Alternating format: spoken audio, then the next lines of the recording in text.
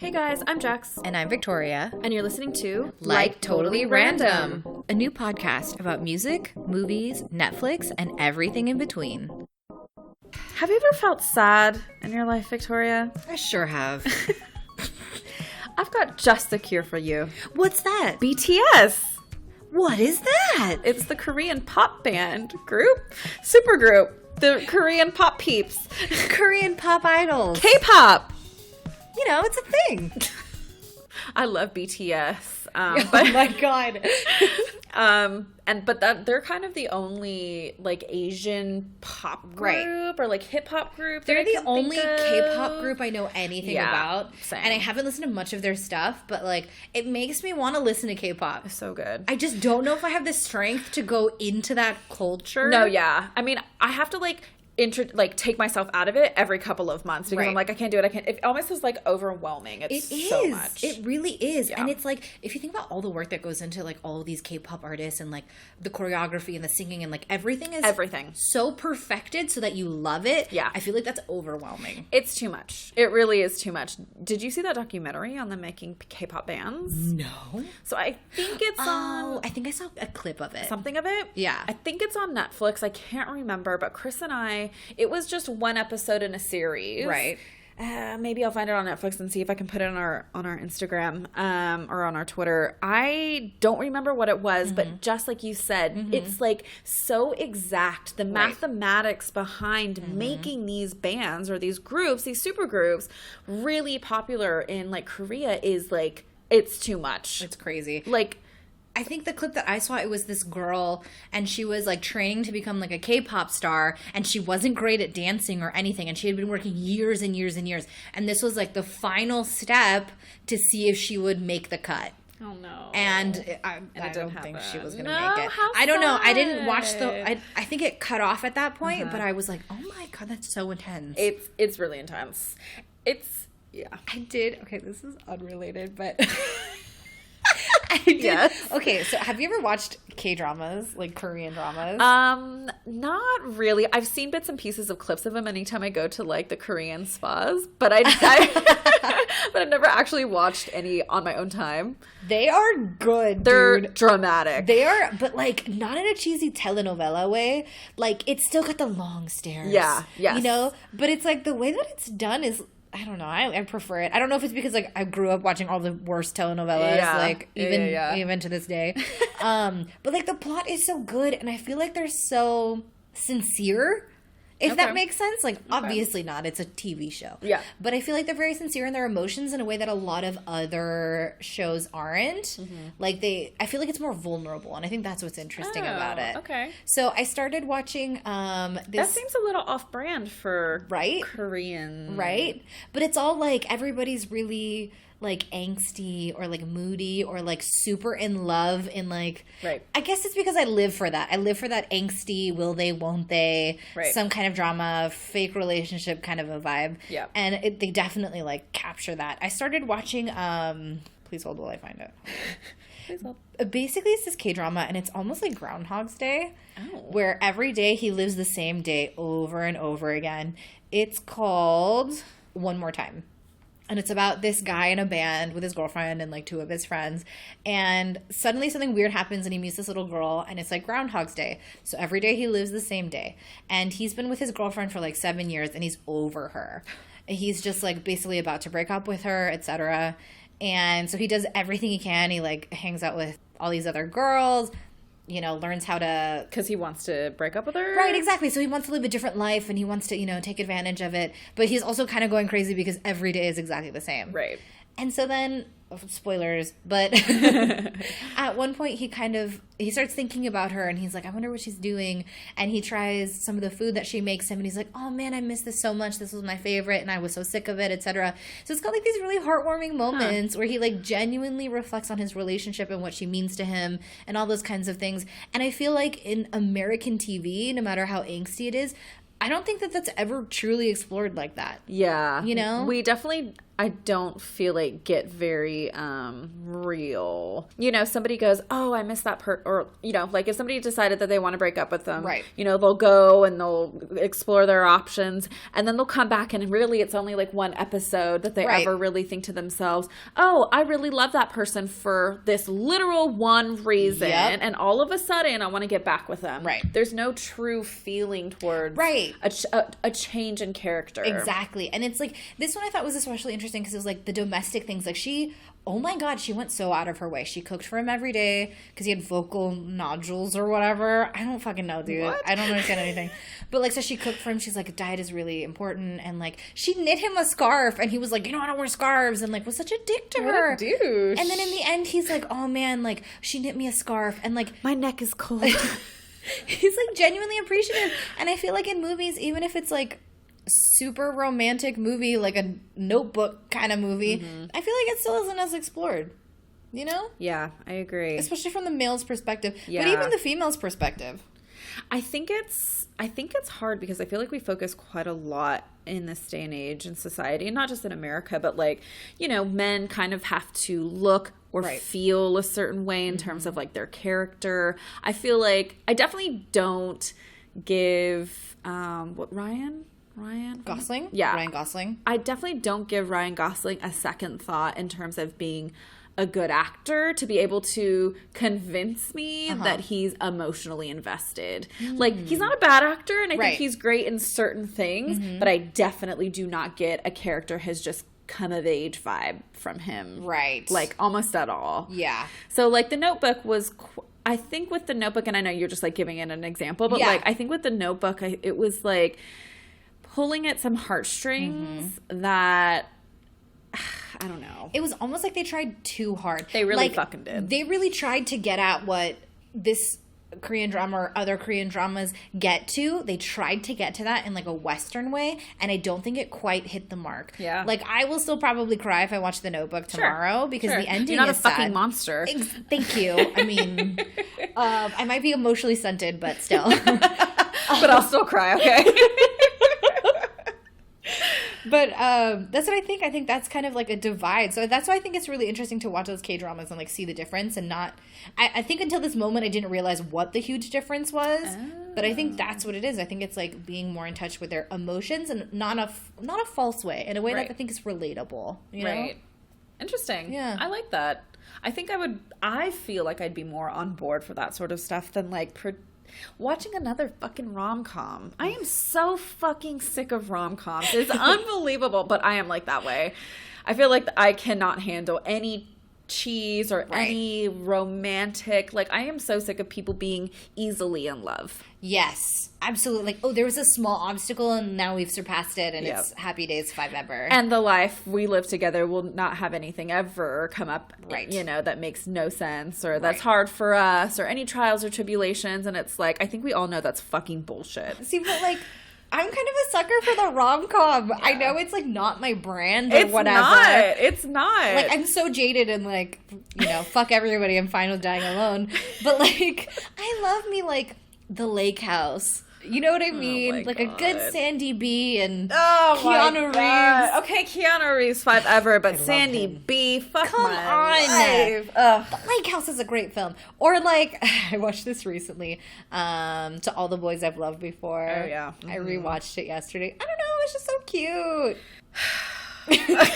Or like a John Hughes, like a 16 Candles. 16 Candles is more of like a teen kind of... Yeah. You know what I mean? It's a coming-of-age movie for sure. Right. But I don't think that that's rom-com. It's coming-of-age. They're like two different things. Like, it just so happens that 16 Candles does involve a romantic aspect to it, but I also think that there's a lot of...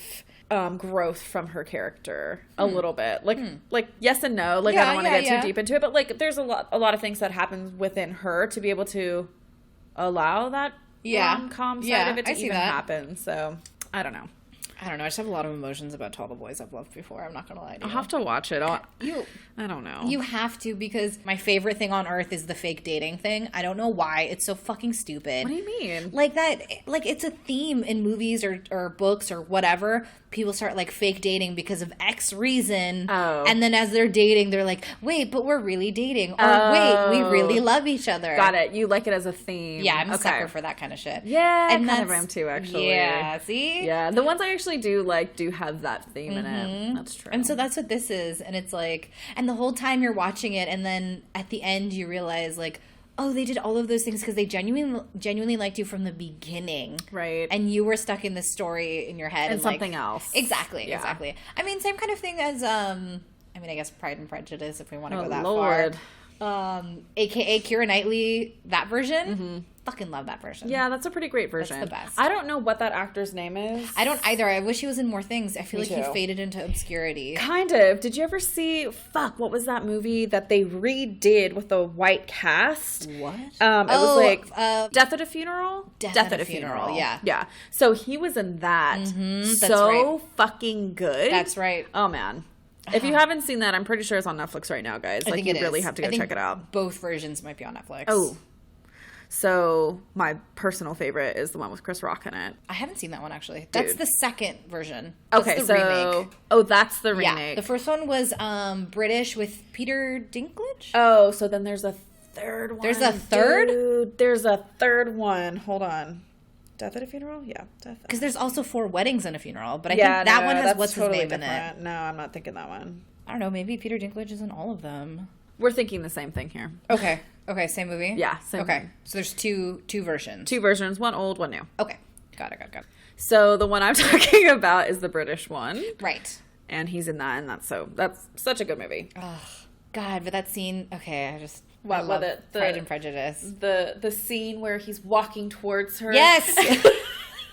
How did you know? In the fog or whatever. No, but my favorite scene is when they're in the rain and he like basically explains like everything that he loves her, basically. That he felt about her. And she's 100% like, nah, fuck you. And then she finds out that he did all of these things behind the scene because he loved her so ardently. Real tears here, guys. Real tears. Well, that shit gets me, man. it really is kind of the ultimate first rom-com, in my opinion. You know, like... Yeah. It's definitely not Wuthering Heights, that's for sure. There's something really great about Keira Knightley in these period pieces. Yeah. I don't love her in everything. I agree. But, she does that really well. Did you ever see the one with James McAvoy? Oh, Atonement? Atonement. AKA Abonement, as my friend likes to call it. Yeah, no, seriously.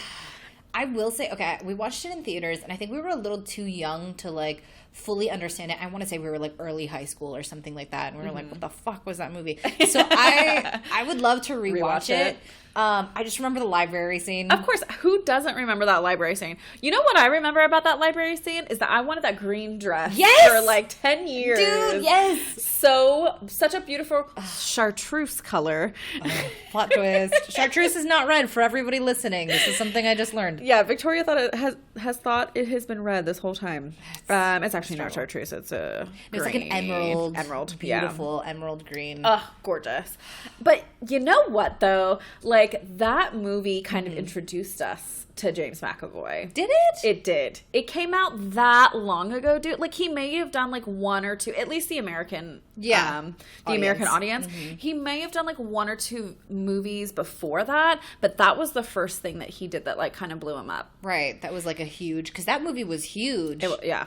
I feel like it was nominated or something like that. Sure it was so it was so beautifully shot. Oh, and, like, my God, it was. The cinematography was amazing. Yeah. Do you remember that scene where there's like the flood or something? Yes, and it goes in the tunnels. Yeah. Oh, and yeah. honestly, that, like, I've never been so impacted by a scene in a movie. And keep in mind, this wasn't a movie that I liked at the time. Yeah. But I honestly felt like I couldn't breathe. I felt like I was feeling claustrophobic. It was so beautifully shot. It was an amazing movie. And I can't do spoiler alerts because this fucking movie's like 10 years old. I love the end. I don't remember.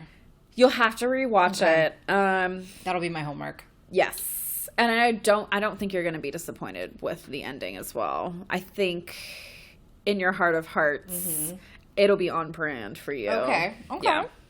So check that out. It's kind of went on a tangent here. I love James McAvoy. Dude, so do I. Well, listen, okay, I feel like his first movie was that movie where he was kind of like a college kid or something in England, obviously. Yeah. But it was like some kind of, I'm going to look it up right now.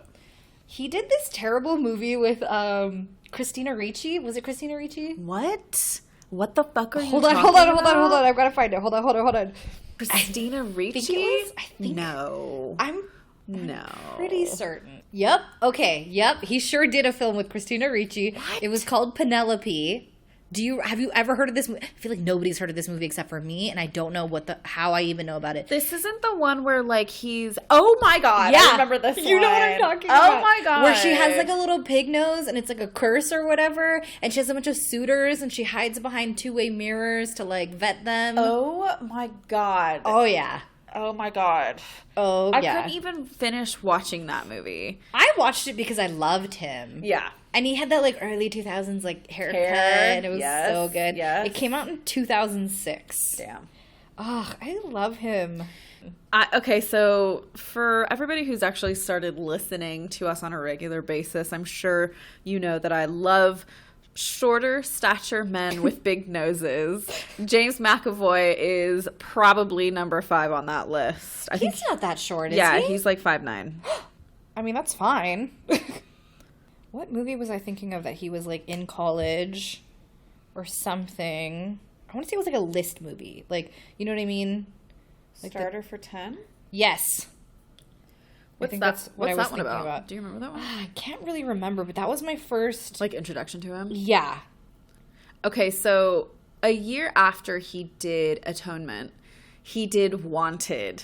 Do you remember that? Yeah, of course I remember Fuck that. my life. Oh. Not only was his accent terrible, FYI, but it had one of the loves of my life, Angelina Jolie, in it. Yes. Who's she's great. So gorgeous. Oh my god. And legitimately great in everything, despite how terrible the scripts may be. Yeah. Or like the plot behind it. There's something kind of interesting about the chemistry of them two. Yeah, that's true. But the movie was fucking terrible. Oh, yeah. I just didn't love how goofy he was, basically. He was You know what I really- mean? yeah. It was like, something about him was like he was trying to be charming or something, and it was just goofy. It was goofy. I think it's a good word for it. Okay, so starter for 10, before I forget, Benedict Cumberbatch was in this movie. What? I gotta go back and rewatch this. Same. Simon Woods was in this movie. Who the fuck is Simon Woods? He was also in Pride and Prejudice. Oh my god. Simon Woods. Again, British actors. Yeah. What was your theory? We have to put like a name to that theory. That we really only know, that as Americans, we really only know a small handful of British actors because they are constantly recycled. Shall we call it the McAvoy? The McAvoy effect? Yes! Oh, damn. We just copyrighted that. It's the McAvoy effect. What is it? 7 Degrees of Kevin Bacon? Is Yes! that what it is? Okay, but it's with British actors. Catherine Tate was in this as well. Oh my god, I need to watch this one. James Corden was also in Starter for 10. We gotta go back and watch this movie. I guess. Oh yeah, that's right. He was in X-Men. Duh. Only the best franchise ever made. What? Are you fucking kidding me Are right now? you fucking kidding me right now? I don't know why. And like, okay, granted, I think over the past couple years, it's definitely fallen off. But if we're taking all of as she looks around in horror. I'm literally pulling a Jim from The Office right now. If we take everything into consideration, the best. I'm ready. Let's do this. How? What's yours? On though? what planet? The best franchise? Yeah, for sure. Are you? Well, okay, so here's why I think that. Okay. Because it's spanned so many years. Right. So many different characters, as well as, like, the generations of characters as well. So, like, you know, new generation X-Men, we've got Sophie from, you know, Who Married the Jonas Brother. Oh, that's right. But Femi Jansen played her character from the years before. I don't know. There's something that I quite like about the change in some of the characters, obviously, because they grow up or they're showing like flashbacks or whatever the situation is. Right. But I don't know. There's like, it's, for some reason, it's my favorite. Interesting. When I think of the X-Men, I was in Chronicles. When I think of the X-Men franchise, it just seems so discombobulated to me. Like, it's so unhinged. Like, the only thing keeping it all together really is Wolverine. Yeah. That is the only thing that keeps the entire franchise together. I actually haven't seen this latest movie. I keep meaning to. Which one? Weren't there like 2 solo Wolverine movies just recently? Oh, God. No, it's so there's 2 X-Men movies. Right. I want to see this latest one just to kind of see how they try and wrap up a bit more of the early years for the X-Men before they kind of become the X-Men. Right. Because they allude to it in this last one, not the one I didn't see, but the one before, where like they find Storm and where you know, Gray finds her powers and stuff. And so it kind of, I don't know, most of the time I like prequels. Right. And so I think that's kind of why. I feel like the opposite. I hate prequels. I think it just depends. It definitely does, but I'm trying to think of a good prequel. hate when they fucking try and bring things together too much. Yeah. Like, that's going to come together later. It shouldn't come together before. Yeah. I'm trying to think of a good prequel, and I'm real struggling. Did you... Yeah, so, like, one of my favorite franchises. So, like, X-Men and then Alien. Oh, but Alien is excellent. Yeah, but... I would pick Alien over X-Men any day. What? Wow. Shookest. I am shookest. Wow. And, like, okay, I feel like I should go back and rewatch X-Men, but I don't know, man. I feel like they've tried to take Wolverine's storyline too far as well with these standalone movies. Yeah. I think the X-Men, like, altogether is a different beast than just Wolverine. I agree. No pun intended. Yeah, literally. I agree, and I think they've definitely tried. I mean, it's really hard to have an X-Men movie without some mention of Wolverine. I mean, absolutely. And so, like, I get it to a certain respect, but, like, the last one. Yeah. Oh. Who's going to be Hugh Jackman? I mean, obviously Hugh Jackman's going to be Hugh Jackman, but why did I say his name so weird every single time? The New Mutants. What the fuck is that? I just feel like too much happens with the X-Men. Like, I get that the universe in terms of the comics is so large and it spans so many different things, but like it's out of control, and every movie has a different style, a different director or whatever. Yeah. Which is cool, but it's also not something for like a cohesive franchise. I agree with that, definitely. You know? Yeah. It kind of goes the way of Batman. You know what I mean, if you think about it. Oh, it does. Only with Batman, I feel like there were sets. You know, there's like the 90s Batman. There's like Christian Bale Batman. You know, like each one kind of came in pairs or whatever. We're not even going to talk about Ben Affleck's Batman. Fuck no. I don't acknowledge that existence. I just remembered Evan Peters was in it in X-Men. Duh. I take it back. I love X-Men now.